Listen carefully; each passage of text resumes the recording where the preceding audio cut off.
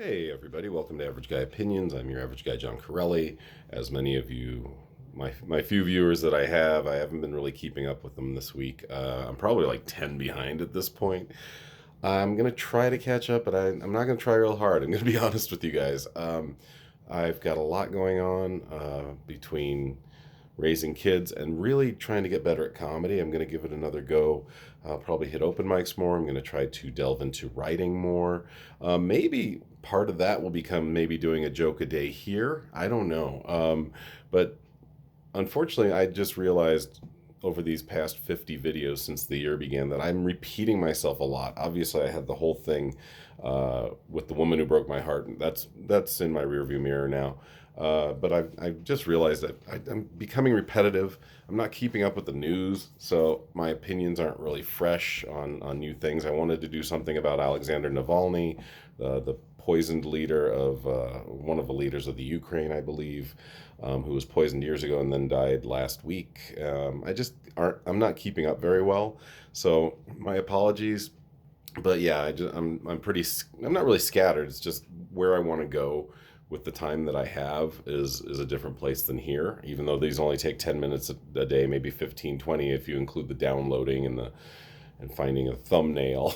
It's not really a lot of time out of one's day, but it is it's something where I'm probably not going to be able, like I said, they're just not that great, right? And I appreciate you guys for listening. It's nice, but they are just opinions, and sometimes they're just not very up to date. I may get into it. We'll see. What I wanted to talk about now that I'm already 2 minutes in is it's already February 25th, and I haven't talked about Black History Month, and it's a big deal. It really is. I mean, there's the old jokes about why is it the shortest month. I'll spare the jokes on that.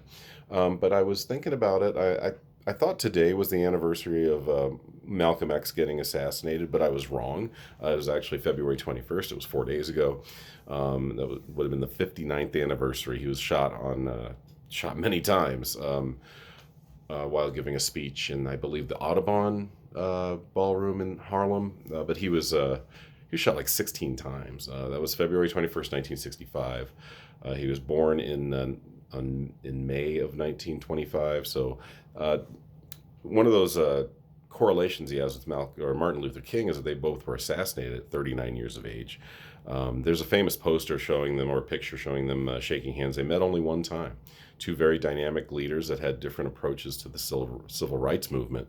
And I am fascinated with both of these men. I've had a weird fascination for a white guy. I have a weird fascination with Black culture, Black history, the tragedy and the triumph of the Black race and what they've been through in this country in particular, from slavery starting in 1619, with slaves brought to help in the building of Jamestown, to 400 years later, dealing with George Floyd and the continued violence at the hands of black people. But when I was a kid, I thought it was pretty interesting.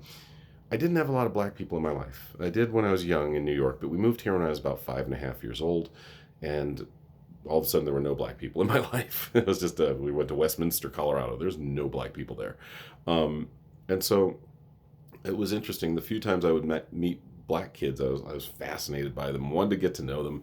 I remember one time I met a kid, and I was probably like 9 or 10. He was a couple of years younger, and he could tell that I was really into him and trying to just, hey, what are you about? As much as a kid can have that type of conversation. And he called me a nigger lover. And I was really confused by that, because I didn't, at 8, 9 years old, I didn't know what that meant. And I asked my mom, and she tried to kind of explain to me as best you can explain that to an 8 or 9 year old. And so I'm not.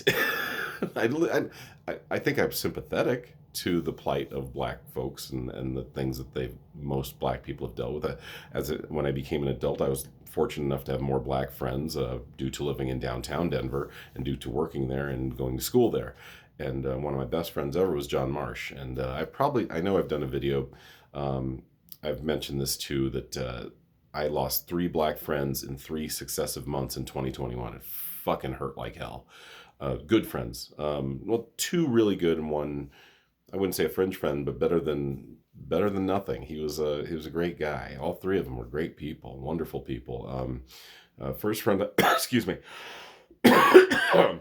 First friend I lost was Pam Leon. She was my friend Pete's wife. She died of cancer. She battled breast cancer. Then I think it spread. It metastasized and went into her brain. It was horrible, and she fought it because she was strong. But eventually, she had to succumb to it. And I think it was April 16th, 2021. She died. The following month, my friend Jay Jones, an incredible, passionate man, a lawyer, an entertainer, a performer, a great husband, a great dad, a man literally larger than life, this huge 6'4", 250-pound man that often got mistaken for a Denver Bronco. He died the following month of a stroke. He was down in Florida. I think he was planning on moving his family down there, or they had just moved down there, and he died that way. And then in June, and this one hurt the most, John Marsh. And I try to get through this one without crying. And I'll probably just talk about John for the next 4 minutes and then maybe do a part two about Black History Month in general and how I've kind of just gotten into that world. But John Marsh, I met him in 1988. We worked together at the Tivoli 12 Multiplex Theater down in Denver. Worked a year or two together, and we became fast friends. And we would neither of us had a car, so we would take public transportation to he lived out in Montbello, which back then they used to call it Mont Ghetto. It was the suburbs, but Montbello was a pretty tough high school. He didn't go there. His mom, and his dad tragically died when he was young, but his mom was a great mother. She's still around. She still lives with his brother Gerald out in Aurora. Gerald's a great guy too, but John and I were tight, and I was kind of a dick to him sometimes, and luckily he weathered that and taught me some lessons. He was like a year or two, he's about a year older than me and much wiser, because when you're Black, you got to grow up faster. It's just a fact of life. It really is. But he went to Matchbuff, which was downtown. It was a Catholic school, and his mom worked her ass off so her boys could go to Matchbuff instead of Montbello, and they became brilliant men, just incredible men. Gerald learned German. John learned Swedish, and the reason I smile is how many Black guys know Swedish, especially American Black guys. I blew a friend's mind one time. We got together. We had some people watching me do comedy, and my friend John Hazel brought his wife, and she was of Swedish descent. I don't know if she was born there, but I said, "Oh yeah, John knows Swedish," and she's like, "Come on!" And they just started talking in Swedish, and me and John Hazel. So it's three Johns, and I think her name's Sarah. I should know her name, but it was really cool to watch two people converse in Swedish and one of them be Black. But John was an incredible man. He had done speeches in front of the UN. He'd done work in Africa for voting rights and educational rights in East Africa, usually Ethiopia, but I believe in Eritrea and other places too. Really put himself out there as a human being to help other human beings. Not a mean bone in his body unless he was on the football field. And even then, Gerald told a story where this white guy, they were on the practice field at Matchbuff, and this white guy kept coming after John, and Gerald's my age. Gerald's a year younger, and Gerald just lit this dude up. Just what we used to call ear holing. It's not a legal block anymore. If the guy can't see you, you're not allowed to block him. But now, but back then in the 80s, you could just blast a guy. If he was looking one way and you're coming, bam, you could just take the guy out, and that's what he did. And after that, the guy didn't go after John so much anymore, but they had an interesting relationship, the two of them. I mean, they would get into fights. They'd throw each other through the basement wall, from what they told me. But the love was there as they grew up and got older. It was nice to watch them interact, and really that was the big one that hurt. But yeah, 3 successive months, I lost 3 Black friends, and when you're white and living in the suburbs again, Black friends are hard to come by. So I don't have a lot left, and those 3 really hurt. They were all really great people.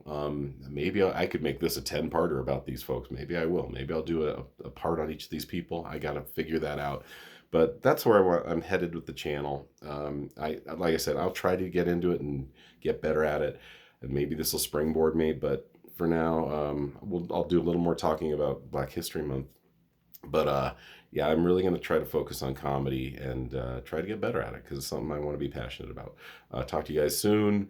Have a great day, evening, whatever you're having. I hope you're happy and well. I'll talk to you soon. Bye.